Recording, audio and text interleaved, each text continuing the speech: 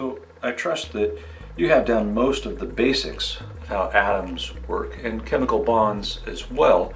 So I want to do a brief review and then add one more, the hydrogen bond, and then talk a little bit about how bonds are involved in chemical reactions. Well, you should already have down the idea of covalent bonds and ionic bonds, and I want to subdivide covalent a little bit, but let's start with the basic covalent bond. If you had two carbon atoms bound together, they would share a pair of electrons and form a covalent bond. If you had two atoms from very different sides of the periodic table, then remember chlorine would take an electron from sodium and become an anion, and did I say sodium? Chlorine would take the electron, sodium would give up one and have a positive charge, and that would hold them together in an ionic bond. There are also metallic bonds, but we're not going to discuss those. But there's somewhere in between, and so this really is a continuum between completely equal electron sharing to full out stealing of electrons. Somewhere in the middle might be something like carbon and oxygen. You may have heard the term electronegativity. As we move right on the periodic table, oxygen, and even more so chlorine, tend to pull electrons toward themselves. And so when these two share an electron, that happens unequally. So where the electron bounces back and forth here and forms a bond, it also moves back and forth between these.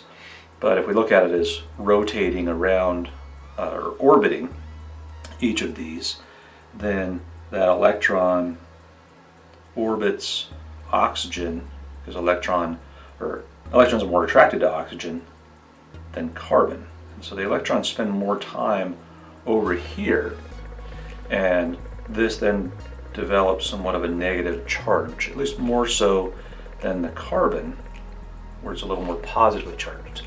Now it's not a full charge like these, so we give it that delta symbol there. And so this we would call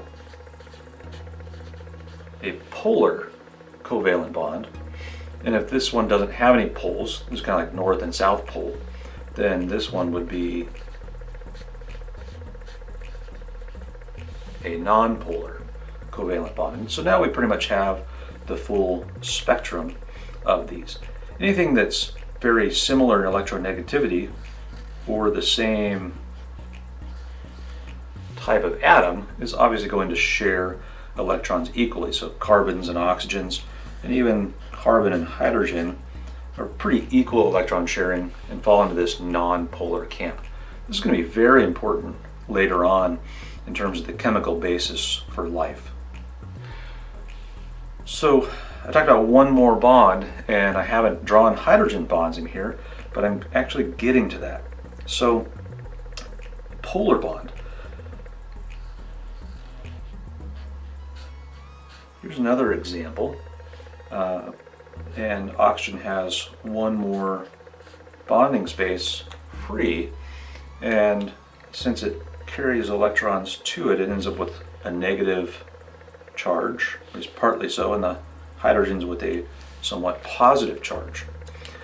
Well, if this water molecule is next to another water molecule, and that's next to yet another water molecule, then the partial negative charge here, sometimes this is drawn as a small dotted line or a dashed line, where there are forces attracting, just like the positive and negative here attracted one another. These partially positive and partially negative are going to have a slight attraction, and that is what we call a hydrogen bond. And hydrogen bonding is fairly important in biological systems. It's very important, in fact.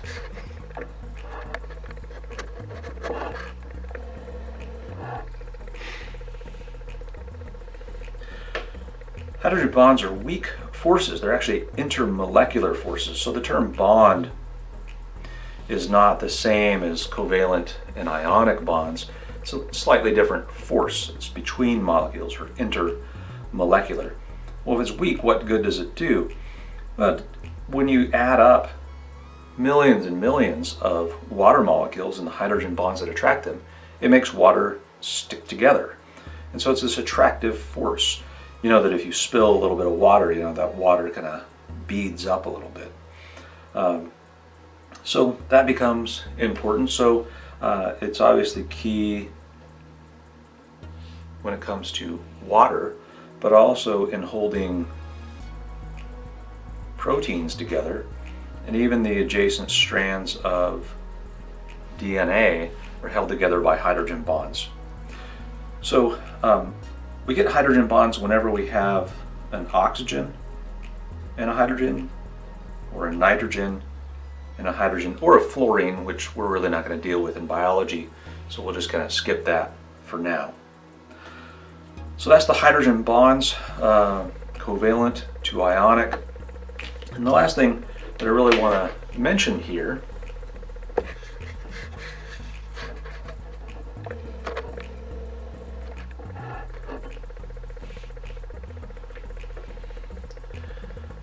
So the last thing I really want to mention is how important these bond types are to living things. There really is this dividing line between this part without charges, the nonpolar, and polar and ionic. These both have some sort of charges to them. They're kind of lopsided molecules. And these guys all get along really well. That's why salt dissolves well in water. This positive charge on the hydrogen attracts chlorine, and it allows the chlorine to hang out here with this part of the water, and the sodium can hang out with the positively charged part of the water, the negatively charged. And so they all get along really well. But these guys over here, they're just kind of boring. There's no lopsidedness, there's no real tension, and so they tend to stay separate. Not a lot of examples that you'd run into in life here. If you think about it, even just working in your kitchen, most things dissolve in water that you encounter. Salt does, sugar does. When you make a soup, all those flavors dissolve nicely into the water. So what's over here? What doesn't get along? Well, obviously oils and fats. And so these guys separate water components. And that's going to be really important when we talk about the cell membranes and how they operate to keep different compartments of water separate.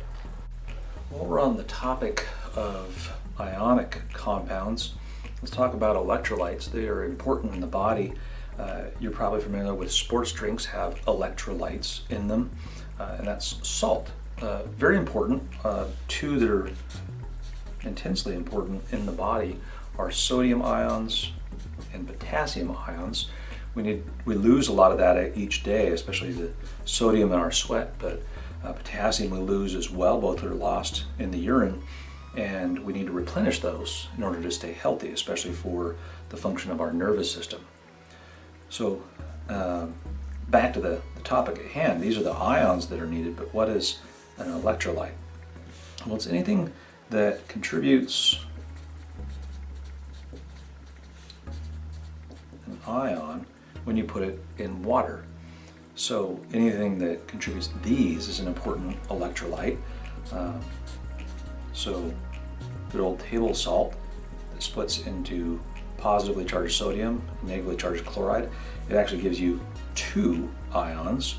So that's an electrolyte. Likewise, hydrochloric acid does the same sort of thing when you put it in water, because water breaks up ionic compounds very nicely.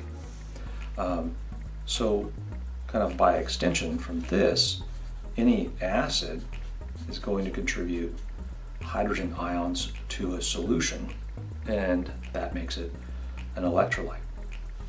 Even a base like sodium hydroxide is going to be split into the positively charged sodium, and the whole hydroxide that remains negatively charged has that. And so electrolytes, they will conduct electricity, and you might see those demonstrations, but really the key idea is they dissolve in water and make ions. So we've talked a little bit about how we draw molecules and their bonds between them. Now I want to talk about the relevance of that to chemical reactions, which are essentially, for our purposes, rearranging the bonds. So let's take a reaction that's important in biological systems. So if we have a water molecule, and also in that system we have a carbon dioxide molecule, and that fulfills all of its rules, so we could give it a name as well.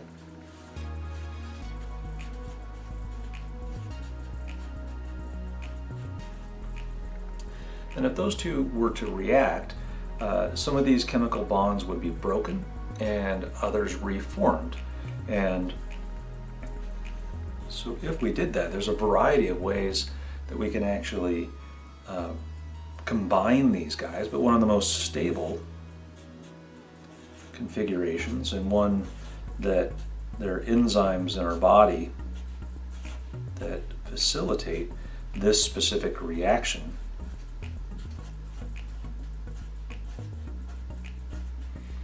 is called carbonic acid. And we'll get into with the pH lecture why that's an acid, but we'll notice that nothing changed. We didn't change carbon into oxygen or anything else. We still have one carbon and one carbon, 1, 2, 3 oxygens, 1, 2, 3, and just the 2 hydrogens here and here. Same amount, rearranging bonds, and we can also reverse this reaction and turn carbonic acid back into carbon dioxide and water. And our body actually does this fairly frequently. Since this is an acid, if you exercise, you know that you breathe out CO2, and you know that you breathe more out because you're making more carbon dioxide because of what's going on inside of your cells. Well, as this dissolves in your blood, which has a lot of water, then carbonic acid is produced. And so that changes the pH. This then travels to your lungs, gets converted back into CO2, you breathe this out, and our pH goes back to normal. So important biological reaction with carbonic acid, and this will come back up again later in the pH reactions. So I don't expect you to be an expert at this, but it's actually fairly simple to draw a skeletal formula. I'm mainly interested that you can recognize it. Here's the main idea, is that in organic molecules, they become pretty big and unwieldy. So let's kind of ignore, or at least take a shortcut on all the carbons and the hydrogens directly attached to them. Another way to look at this is to talk about their functional groups. The most common one we'll run into is this one, the hydroxyl group. You should recognize this would have polar bonds between it, and so have a potential for hydrogen bonding. And that's significant in biological systems. So if we look at something really simple like ethanol, then that's really the main important part of that molecule. And so that's the one we're going to concentrate on. And the rest of this, the carbons and the hydrogens directly attached to them, we're going to skip drawing. And so you might think it just looks like this, but then we can't really tell where the carbons are and how many. So the convention here is that every carbon is at a bend or an end. So I'm going to assume that we have carbons at those two places, and the bound to that carbon is this hydroxyl group. Well, how do we know about all the rest of this? What about these? Well, let's do a quick recap of what we know about the common elements and their bonds. Because of the way that the outer orbital works, hydrogen has 1 bond, oxygen has the potential for 2, nitrogen has the potential for 3, and carbon 4. Right, so with that in mind, we can easily look at something like this and say this carbon has 1 bond and 2 bonds. So if it has a total of 4, I know it has 2 more, and according to our rules, those must be hydrogens. This carbon only has 1, and so it must have 3 more bonds to bond to 3 hydrogens. So we can just simplify that structure. Now what about for glucose? That's a much larger and more unwieldy molecule, but we can draw a skeletal formula by simply omitting the carbons and the hydrogens directly attached to them. I'd like you, if you will, to pause the video and see if you can draw that out using these rules over here. And then we'll come back and I'll draw it out for you. Okay, so if we're crossing out all those, I'm going to start by drawing this inner structure here. I have to put in the oxygen.